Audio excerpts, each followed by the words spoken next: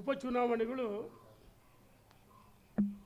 ದಾವಣಗೆರೆ ದಕ್ಷಿಣ ಮತ್ತು ಬಾಗಲಕೋಟೆ ಎರಡೂ ಉಪಚುನಾವಣೆಗಳು ನಮಗೆ ಅಗ್ನಿ ಪರೀಕ್ಷೆ. ಚುನಾವಣೆ ವಿಧಾನಸಭೆ ಚುನಾವಣೆಗೆ ಸರ್ಕಾರ ಬಂದು ಅಧಿಕಾರಕ್ಕೆ ಬಂದು 3 ವರ್ಷ ಆಯಿತು. ಇನ್ನು 2 ವರ್ಷ ಬಾಕಿ ಇದೆ. ಅದರ ಕೊನೆ 6 ತಿಂಗಳು ಜನಕ್ಕೆ ಗೊತ್ತು ಇದು ಔಟ್ ಗೋಯಿಂಗ್ ಸರ್ಕಾರ, ಇನ್ಕಮಿಂಗ್ ಭಾರತೀಯ ಜನತಾ ಪಾರ್ಟಿ ಅಂತ ಜನ ಮಾತಾಡ್ತಾರೆ. ನಾಡಿನ ಜನರ ನಾಡಿ ಮಿಡಿತ ನಮಗೆ ಚೆನ್ನಾಗಿ ಗೊತ್ತಿದೆ. ಸೂರ್ಯಚಂದ್ರ ಎಷ್ಟು ಸತ್ಯನೂ ಮುಂದೆ ನಾವು ಅಧಿಕಾರಕ್ಕೆ ಬಂದೇ ಬರ್ತೀವಿ 2022 ಚುನಾವಣೆಗೆ. ಹಾಗಾಗಿ ಅವರು ಸರ್ಕಾರ ಇದೆ, ಅವರು ಹಣಬಲ ತೋಳ್ಬಲ ಎಲ್ಲವೂ ಖರ್ಚು ಮಾಡ್ತಾರೆ. ಆದರೆ ನಾವು ಭಾರತೀಯ ಜನತಾ ಪಾರ್ಟಿ ನರೇಂದ್ರ ಮೋದಿಯವರ ವರ್ಚಸ್ಸು, ಹಿಂದೆ ಯಡಿಯೂರಪ್ಪನವ್ರು ಮಾಡಿದಂಥ ಒಳ್ಳೆ ಕೆಲಸಗಳು, ಇದು ಮಾನದಂಡ. ನಾವು ಜನರ ಬಳಿ ಹೋಗ್ತೀವಿ, 100ಕ್ಕೆ 100 ಪ್ರಯತ್ನ ಮಾಡ್ತೀವಿ. 2 ಉಪಚುನಾವಣೆ ಬಾಗಲಕೋಟೆ ಮತ್ತು ದಾವಣಗೆರೆ ದಕ್ಷಿಣಕ್ಕೆ ನಾವು 100ಕ್ಕೆ 100 ಗೆಲ್ತೀವಿ ಅಂತ ವಿಶ್ವಾಸ ಇದೆ. ಪ್ರಾಮಾಣಿಕ ಪ್ರಯತ್ನ ಮಾಡ್ತೀವಿ. ಶತಾಗತಿ ಗೆದ್ದೇ ಗೆಲ್ತೀವಿ. ಅಜಯ್ನ ಯಾವ ರೀತಿ ಮನವೊಲಿಸ್ತೀರಾ ಸರ್? ಯಾಕಂದರೆ ನೀವು ಲೋಕಲ್ ಲೀಡ್ರಲ್ಲಿ ನಿಮ್ಗೊಂದು ದೊಡ್ಡ ಸವಾಲು. ಈಗ ಪಕ್ಷದ ವರಿಷ್ಠರ ಸೂಚನೆ, ಇನ್ನೊಂದು ಕಡೆಯಾಗಿ ಸ್ಥಳೀಯವಾಗಿ ಗೆಲ್ಲಲೇಬೇಕಾದಂಥ ಒಂದು ಅನಿವಾರ್ಯತೆ. ನೋಡಪ್ಪ, ಅಜಯ್ ನಮ್ಮ ಹುಡುಗ. ನಾವಾಗ ಬೆಳಗ್ಗೆ ಅಜಯ್ ಜೊತೆಗೆ ಮಾತಾಡಿದ್ವಿ, ಭಾಳಷ್ಟು ಜನ ಮುಖಂಡಗಳ ಜೊತೆಗೆ ಮಾತಾಡಿದ್ವಿ. ಪಕ್ಷ ಟಿಕೆಟ್ ಕೊಟ್ಟಿದೆ, ಪ್ರಾಮಾಣಿಕ ಕೆಲಸ ಮಾಡಬೇಕು ಅಂತ ನಾವೆಲ್ಲ ತೀರ್ಮಾನ ಮಾಡಿದ್ವಿ. ಮತ್ತೇನು ಕೇಳೋದಿದ್ದ? ಅಜಯ್ ಕುಮಾರ್ ನಿಮ್ಮ ಹುಡುಗ, ಈ ಶ್ರೀನಿವಾಸ್ ದಾಸ್ ಅವನು ನಮ್ಮ ಹುಡುಗನ, ಅವನೇ ಬೇರೆನಾ? ಅಲ್ಲ, ನಾನು ಹೇಳಿದಲ್ಲ ಅಜಯ್ ಕುಮಾರ್ ಮನವೊಲಿಸ್ತೀರ ಅಂದಲ್ಲ. ಅಜಯ್ ಕುಮಾರ್ ನಮ್ಮ ಹುಡುಗನ, ನಾವೆಲ್ಲ ಒಂದಿದು ಭಾರತೀಯ ಜನತಾ ಪಾರ್ಟಿ 100ಕ್ಕೆ 100. ಅಜಯ್ ಕುಮಾರ್ ಬೇಸರ ಆಗಿಲ್ಲ. ಅಜಯ್ ಕುಮಾರ್ ಭಾಳ ನಮಗೆ ಧೈರ್ಯ ಹೇಳಿದ. ಅಜಯ್ ಕುಮಾರ್ ನಮಗೆ ಧೈರ್ಯ ಹೇಳಿದ, ಅಣ್ಣ ನೀವು ತಲೆಕೆಸೆ ಬೇಡ್ರಿ, ಮುಂದಿನ ಚುನಾವಣೆ ನೀವೆಲ್ಲ ವಿನ್ ಆಗಬೇಕು, ಆ ನಿಟ್ಟಿನಲ್ಲಿ ನಾವೆಲ್ಲ ಒಟ್ಟಾಗಿ ಕೆಲಸ ಮಾಡೋಣ ಅಂತ ಹೇಳಿದ್ದೇನೆ. ಸರ್, ಈಗ ಜಾತಿ ಸಮೀಕರಣ ಚುನಾವಣೆಯಲ್ಲಿ ಪ್ರಮುಖ ಪಾತ್ರ ವಹಿಸುತ್ತೆ. ಈ ಚುನಾವಣೆಯಲ್ಲಿ ಹೊಸ ಅಭ್ಯರ್ಥಿ ಆಯ್ಕೆ ಎಷ್ಟು ಮಟ್ಟಿಗೆ ಸಫಲ ಆಗುತ್ತೆ? ನೋಡೋಣ, ಜಾತಿ ಅನ್ನೋ ಕಾರಣಕ್ಕೆ ಜನ ಓಟ್ ಹಾಕಲ್ಲ, ಇದೆಲ್ಲ ಸುಳ್ಳು. ಭಾರತೀಯ ಜನತಾ ಪಾರ್ಟಿ ಜಾತಿ ಮೇಲೆ ರಾಜಕಾರಣ ಮಾಡಿಲ್ಲ, ಸಿದ್ಧಾಂತದ ಮೇಲೆ ನಾವು ರಾಜಕಾರಣ ಮಾಡಿದ್ವಿ. ಒಂದು ಕಡೆ ಮೋದಿಯವ್ರ ವರ್ಚಸ್ಸು, ಯಡಿಯೂರಪ್ಪನವ್ರು ಮಾಡಿದ್ದ ಒಳ್ಳೆಯ ಕೆಲಸ, ನಮಗೆ ವಿಶ್ವಾಸ ಇದೆ. 100ಕ್ಕೆ 100 ಭಾರತೀಯ ಜನತಾ ಪಾರ್ಟಿ ಅಭ್ಯರ್ಥಿ ಏನು 2 ಕ್ಷೇತ್ರದಲ್ಲಿ ಘೋಷಣೆ ಆಗಿದೆ, 2 ಕ್ಷೇತ್ರಗಳಲ್ಲಿ ಜಯಿಸಿ ಗೆದ್ದೇ ಗೆಲ್ತೀವಿ ಅಂತ ವಿಶ್ವಾಸ ನಮಗಿದೆ. Thank you. ಇತ್ತು, ಈ ಸಿದ್ದೇಶ್ವರ ಅವರ ಪಾತ್ರ ಕೂಡ ಬಹಳ ಪ್ರಮುಖವಾಗಿತ್ತು. ನೋಡೋಣ, ಇಲ್ಲಿ ಬಣ ಮುಖ್ಯ ಇಲ್ಲ ನಮಗೆ. ಇಲ್ಲಿ ಭಾರತೀಯ ಜನತಾ ಪಾರ್ಟಿ ಕಮಲದ ಚಿಹ್ನೆ. ಕೆಲವು ಮಾಧ್ಯಮಗಳಲ್ಲಿ ವರದಿಯಾಗ್ತದೆ ಅವ್ರ ಗುಂಪಿ ಜಯ, ಇವ್ರ ಗುಂಪಿ ಜಯ, ಒಂದು ಗುಂಪಿಗೆ ಜಯ, ಇನ್ನೊಂದು ಗುಂಪಿಗೆ ಅಸಮಾಧಾನ ಅಂತ ಹೇಳ್ತಾರೆ. ಇಲ್ಲಿ ಭಾರತೀಯ ಜನತಾ ಪಾರ್ಟಿ ಚಿಹ್ನೆ ಕಮಲ ನಮಗೆ. ಇಲ್ಲಿ ಯಾವ ಗುಂಪು ಇಲ್ಲ, ಬಣನೂ ಇಲ್ಲ, ನಾವೆಲ್ಲ ಭಾರತೀಯ ಜನತಾ ಪಾರ್ಟಿ ಕಮಲ ಚಿಹ್ನೆ. ಇಲ್ಲಿ ಕೆಲವು ಮಾಧ್ಯಮಗಳಲ್ಲಿ ಅವ್ರ ಗುಂಪಿ ಜಯ, ಇವ್ರ ಗುಂಪಿಗೆ ಅವ್ರ ಗುಂಪಿ ಸಿಹಿ, ಇವ್ರ ಗುಂಪಿ ಕೈ ಅಂತ ಮಾಧ್ಯಮದಲ್ಲಿ ವರದಿ ಆಗ್ತದೆ. ಇಲ್ಲಿ ವ್ಯಕ್ತಿ ಮುಖ್ಯ ಅಲ್ಲ, ಪಕ್ಷ ಮುಖ್ಯ. ಹಾಗಾಗಿ ಇಲ್ಲಿ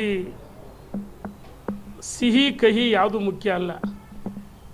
ನಾವು ಕಹಿಯನ್ನು, ವಿಷವನ್ನು ಕೊಟ್ಟರೆ ರಸವನ್ನಾಗಿ ಮಾಡಿಕೊಡ್ತಕ್ಕಂಥ ಶಕ್ತಿ ಭಾರತೀಯ ಜನತಾ ಪಾರ್ಟಿ ಕಾರ್ಯಕರ್ತರಿಗಿದೆ. ಭಾರತೀಯ ಜನತಾ ಪಾರ್ಟಿ ಕಾರ್ಯಕರ್ತರಿಗೆ ಸಮಾಧಾನ ಇದೆ. ಮೊನ್ನೆ ವಿಶೇಷವಾಗಿ 13ನೇ ತಾರೀಕು 14ನೇ ತಾರೀಕು 5 ಜನ ಅಜಯ್ ಕುಮಾರ್, ಯಶವಂತರಾವ್ ಜಾಧವ್, ಶ್ರೀನಿವಾಸ್ ದಾಸ್ಕರಿಯಪ್ಪ, ದೇವ್ರಮನೆ ಶಿವಕುಮಾರ್ ಒಳಗೊಂಡಂತೆ ರಾಜನಹಳ್ಳಿ ಶಿವಕುಮಾರ್ ಮತ್ತು ಜಯಮ್ಮ, OBC ಸತೀಶು ಎಲ್ಲ ಸೇರಿ 8 ಜನ, ಕೃಷ್ಣಮೂರ್ತಿ ಪವರ್ 8 ಜನ ಆಕಾಂಕ್ಷಿಗಳು ಒಟ್ಟಾಗಿ ಒಂದಾಗಿ ಕೆಲಸ ಮಾಡಬೇಕು, ಯಾರಿಗೆ ಸಿಕ್ಕರು ಅಂತೇಳಿ ಅಲ್ಲಿ ಗುಂಪು ಬರಲಿಲ್ಲ. ಭಾರತೀಯ ಜನತಾ ಪಾರ್ಟಿ ದುಡಿದಂಥ ಕಾರ್ಯಕರ್ತರು 8 ಜನ ಇದ್ದೀವಿ, 8 ಜನರಿಗೆ ಯಾರಿಗೆ ಕೊಡಲಿ ಅಂತೇಳಿ 5 ಜನ ಅಜಯ್ ಕುಮಾರ್, ಯಶವಂತರಾವ್ ಜಾಧವ್, ಶ್ರೀನಿವಾಸ್ ದಾಸ್ಕರಿಯಪ್ಪ, ರಾಜನಹಳ್ಳಿ ಶಿವಕುಮಾರ್ ಮತ್ತು ದೇವ್ರಮನೆ ಶಿವಕುಮಾರ್ 5 ಜನ ಜಂಟಿಯಾಗಿ ಪತ್ರಿಕಾಗೋಷ್ಠಿ ಮಾಡಿ ಒಟ್ಟಾಗಿ ಒಂದಾಗಿ ಚುನಾವಣೆ ಎದುರಿಸ್ತೀವಿ ಅಂತ ಹೇಳಿದ್ವಿ. ಗುಂಪಲ್ಲ. ಮಾಧ್ಯಮದಲ್ಲಿ ದಯಮಾಡಿ ಸಿಹಿ ಕಹಿ ಸೋಲು ಗೆಲುವಂತ ವಿಶ್ಲೇಷಣೆ ಮಾಡಬೇಡ್ರಿ. ಮಾಧ್ಯಮ ಸ್ನೇಹಿತರಿಗೆ ವಿನಂತಿ ಮಾಡ್ತೀನಿ. ಇಲ್ಲಿ ವ್ಯಕ್ತಿ ಮುಖ್ಯ ಅಲ್ಲ, ಪಕ್ಷ ಮುಖ್ಯ. ಹಾಗಾಗಿ ಭಾರತೀಯ ಜನತಾ ಪಾರ್ಟಿ ಇಲ್ಲಿ ಗುಂಪಿಲ್ಲ, ಕಮಲದ ಚಿಹ್ನೆ ನಮ್ಮ ಅಭ್ಯರ್ಥಿ. ನಾವು ಒಟ್ಟಾಗಿ ಒಂದಾಗಿ ಬಾಗಲಕೋಟೆ ಮತ್ತು ದಾವಣಗೆರೆ ದಕ್ಷಿಣದಲ್ಲಿ ನಮ್ಮ ಅಭ್ಯರ್ಥಿಗಳನ್ನ 100% ಗೆಲ್ಲಿಸ್ತೀವಿ ಅಂತ ವಿಶ್ವಾಸ.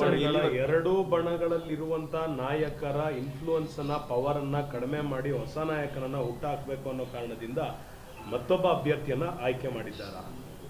ನೋಡೋಣ, ಇಲ್ಲಿ ಎರಡು ಬಣ ಇಲ್ಲ, ಯಾರ ಬಲನೂ ಇಲ್ಲ, ಶಕ್ತಿಯೂ ಇಲ್ಲ, ಯಾರು ಶಕ್ತಿಹೀನರೂ ಅಲ್ಲ. ಪಕ್ಷ ಅಷ್ಟೇ ಇಲ್ಲಿ ಶಕ್ತಿ ನಮಗೆಲ್ಲರಿಗೂ.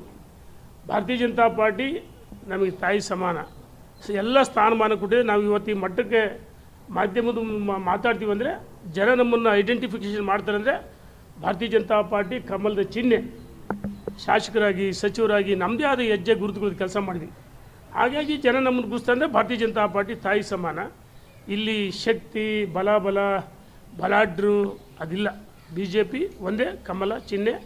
ಇಲ್ಲಿ ಶ್ರೀನಿವಾಸ್ ಹೊಸಬಲ್ಲ, ಚುನಾವಣೆಗೆ ಸ್ಪರ್ಧೆ ಮಾಡಲಿ ಹೊಸ ಮುಖ ಅಂತ ಇರ್ಬೋದು. ಆದರೆ ಪಕ್ಷದ ಕಾರ್ಯಕರ್ತನಾಗಿ ಅವನು ಸಹ ಅವನದೇ ಆದ ಒಂದು ಕೊಡುಗೆ ಇದೆ.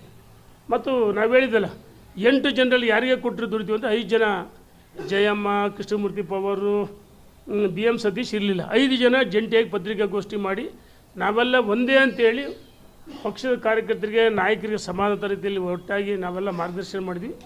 ಒಂದೇ ಅಂತೇಳಿ ಸಂದೇಶ ಕೊಡಿದರೆ ನಮ್ಮ ಗುರಿ ಬಾಗಲಕೋಟೆ, ದಾವಣಗೆರೆ ದಕ್ಷಿಣ ಎರಡರಲ್ಲೂ ಗೆಲ್ತೀವಿ. ಇಲ್ಲಿವರೆಗೂ ದಾವಣಗೆರೆಯಲ್ಲಿ 2 ಬಣ ಅಂತ ಕೇಳಿ ಬರ್ತಾ ಇತ್ತು. ಈ ಚುನಾವಣೆ ಆದಮೇಲೆ ಎಲ್ಲ ಒಂದೇ ಆಗುತ್ತಾ ಸರ್? ನೀವೆಲ್ಲ ಒಟ್ಟಿಗೆ ಸೇರ್ತೀರಾ? ನೋಡೋಣ, ಬಣ ಇಲ್ಲ ಅಂತ ನಾನು ಹೇಳ್ತಿದ್ದೀನಿ. BJP ಭಾರತೀಯ ಜನತಾ ಪಾರ್ಟಿ ಕಮಲ ಕಮಲ ಕಮಲ ಕಮಲ ಅಷ್ಟೇ. ನಮ್ಮ ರಾಷ್ಟ್ರೀಯ ಅಧ್ಯಕ್ಷರು ನೋಡಿ, ನಿತಿನ್ ನವೀನ್ರವರು ಭಾಳ ಕಿರಿಯ ವಯಸ್ಸಿನಲ್ಲಿ ಇದ್ದರು. ಅವರನ್ನು ಇಡೀ ಪಕ್ಷ ಭಾರತೀಯ ಜನತಾ ಪಾರ್ಟಿ ರಾಷ್ಟ್ರೀಯ ಅಧ್ಯಕ್ಷರು ಮಾಡಿದರು.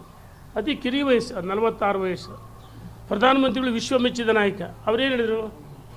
ಮೈ ಬಾಸ್ ಅಂದರು. ಹೌದು ತಾನೆ? ನೋಡಿ ಎಂಥ ದೊಡ್ಡ ಮನುಷ್ಯ. ರಾಜ್ಯದಲ್ಲಿ ನಮಗೆ ಯಾರು ಬಾಸ್? ವಿಜೇಂದ್ರ ರಾಜ್ಯದ ಅಧ್ಯಕ್ಷರು. ಒಪ್ಪಿಗೆ ಹೇಳಬೇಕು, ಇದು ಪಾರ್ಟಿ ನಿರ್ಣಯ. ಹಂಗಂತೇಳಿ ಮತ್ತೆ ನಿತಿನ್ ನಬೀನ್ ಯಾರು ಕ್ವಶನ್ ಮಾಡ್ತಾರಾ? ವಿಜೇಂದ್ರನ ಅವರು ನಮ್ಮ ಪಕ್ಷದ ರಾಜ್ಯದ ಅಧ್ಯಕ್ಷರು, ರಾಷ್ಟ್ರೀಯ ಅಧ್ಯಕ್ಷರು, ನಮ್ಮ ಜಿಲ್ಲಾ ಅಧ್ಯಕ್ಷರು, ಮಂಡಲ ಅಧ್ಯಕ್ಷರು, ಭೂ ಸಮಿತಿ ಅಧ್ಯಕ್ಷರು ನಮಗೆ ಬಾಸ್. ಭೂ ಸಮಿತಿ ಅಧ್ಯಕ್ಷರು ಬಾಸ್ ನಮಗೆ. ಹಾಗಾಗಿ ತತ್ವ ಸಿದ್ಧಾಂತ ನಮಗೆ ಹೇಳ್ಕೊಟ್ಟಿದೆ. ಅದರ ಆಧಾರದ ಮೇಲೆ ಕೆಲಸ ಮಾಡ್ತೀವಿ. 100% ಗೆಲ್ತೀವಿ. ಧನ್ಯವಾದಗಳು. ಮತ್ತೊಮ್ಮೆ ಸಮಸ್ತ